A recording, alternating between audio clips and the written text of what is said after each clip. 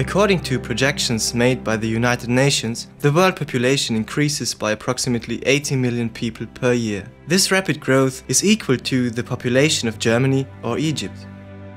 Today, almost 6.5 billion people populate our planet. By calculating the growth rate, it can be expected that more than 9 billion people will live on Earth by 2050.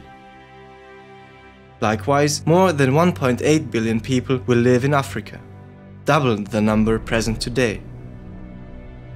Particularly people living in urban agglomerations will experience significant changes due to the explosive population growth.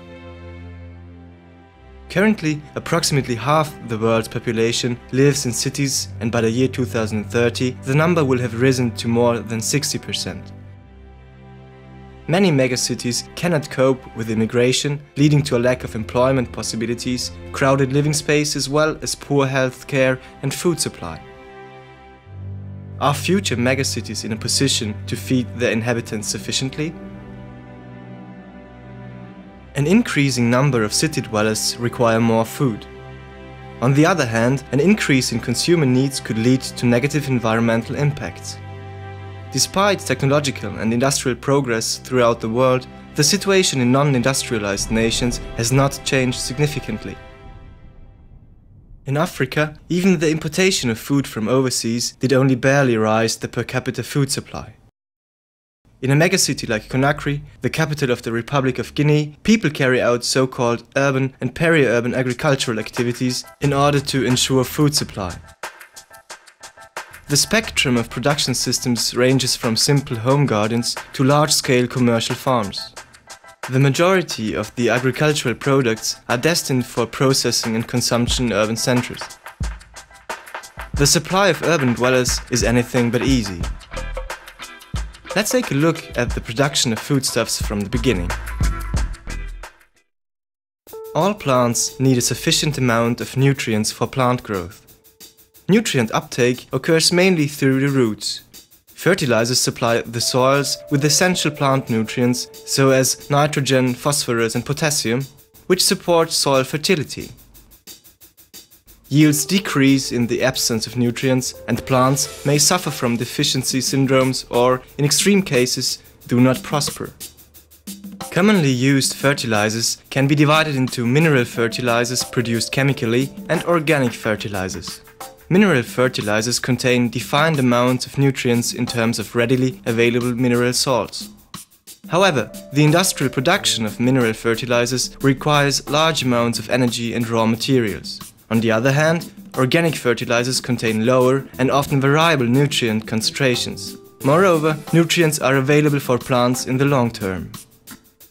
An important difference is that organic fertilizers not only apply mineral salts to the soils, but most notably organic substances, which are basic raw materials for building up humic substances. A well-known type of organic fertilizer is compost. Other organic fertilizers are, for example, cow dung, poultry manure or guano. Periodically applied compost has positive impacts on plant growth and soils. Compost improves the soil structure and therefore in tropical climates protects soils poor in humus against erosion. In addition, compost has positive effects on the water balance of soils. Therefore, in certain circumstances, less irrigation water is required. All things considered, compost makes important contributions to preserving soils as basic resource for the people and their livelihoods.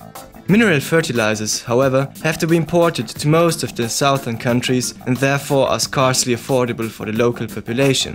Organic fertilizers are in many cases locally available.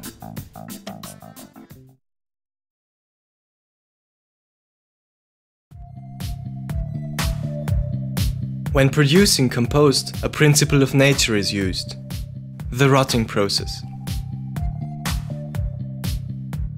Organic compounds are degraded during this natural process. The end product of this process is compost, which may be used as soil conditioner for plant production.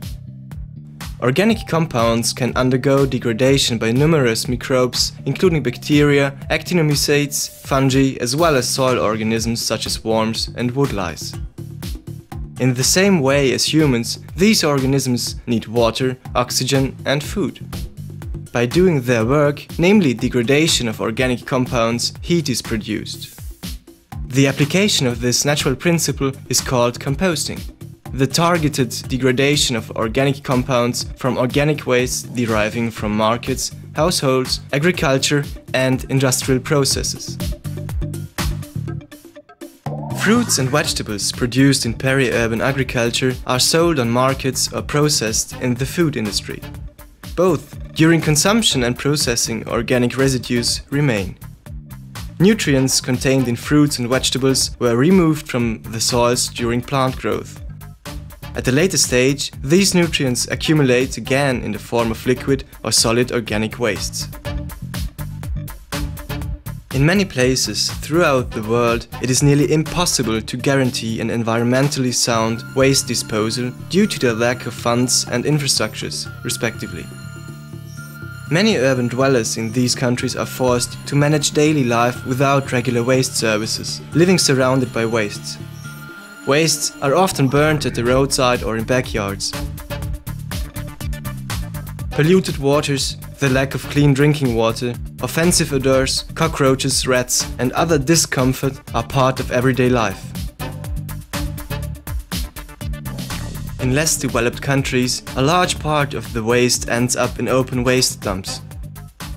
Sometimes waste is directly dumped on agricultural land. Collected wastes are, for the most part, landfilled. Many of these landfills are poorly equipped and do not meet any technical standards. In addition, they are often situated close to densely populated areas. The wastes contaminate the basic resources of the people. Harmful substances enter the food chain and cause health hazards. Soils, air and water bodies are strongly polluted. The inadequate collection and disposal of waste poses considerable health risks for the people concerned. The waste composition in southern countries reveals a major part consisting in organic components, in line with their lifestyle. Whereas the organic share in European cities accounts for approximately 30 to 50%, this share can reach 80% and more in African and Asian cities. Particularly in cities in non-industrialized nations, the high share of organic waste can be reduced by applying the natural principle of composting.